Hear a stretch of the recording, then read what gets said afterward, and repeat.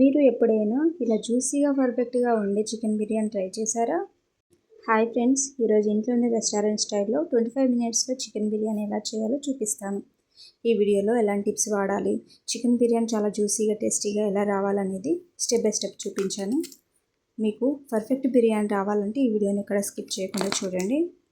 ఈ రెసిపీకి కావాల్సిన పదార్థాలను డిస్క్రిప్షన్లో మెన్షన్ చేశాను, చూడండి. వీడియోలో ఎంత ఎక్కువగా ఉండడం వల్ల ఇదెంత తీసుకోవాలనేది నేను చెప్పలేకపోతున్నాను. బిర్యానీ కోసం ముందుగా బాస్మతి రైస్ని 2 సార్లు వాష్ చేసుకొని 1 అవర్ నానబెట్టుకోవాలి. తర్వాత 4 మీడియం సైజ్ ఆనియన్స్ తీసుకొని కట్ చేసి ఫ్రై చేసుకొని పక్కకు పెట్టుకోవాలి.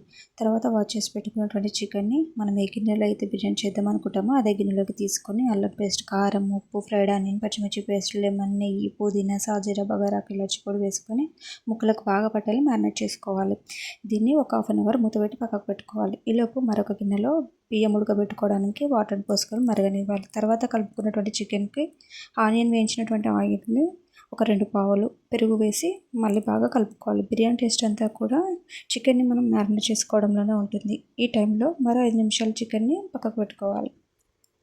తర్వాత రైస్ కోసం పెట్టుకున్న వాటర్ మరిగేటప్పుడు ఆనియన్ వేయించినటువంటి ఆయిల్ని కొద్దిగా ఉప్పును కూడా వేసుకొని ఇంకా మనకు అందుబాటులో ఉన్నటువంటి పచ్చి మసాలాలని 4 నుంచి 6 చొప్పున వేసుకొని బగారాకు కూడా వేసుకొని మరగనివ్వాలి. వాటర్ టేస్ట్ చూస్తే ఈ టైంలో సాల్ట్ వాటర్ లెక్క ఉండాలి. ఇప్పుడు రైస్ని వేసుకొని మంట హై ఫ్లేమ్లో పెట్టుకొని రైస్ని ఉడకబెట్టుకోవాలి.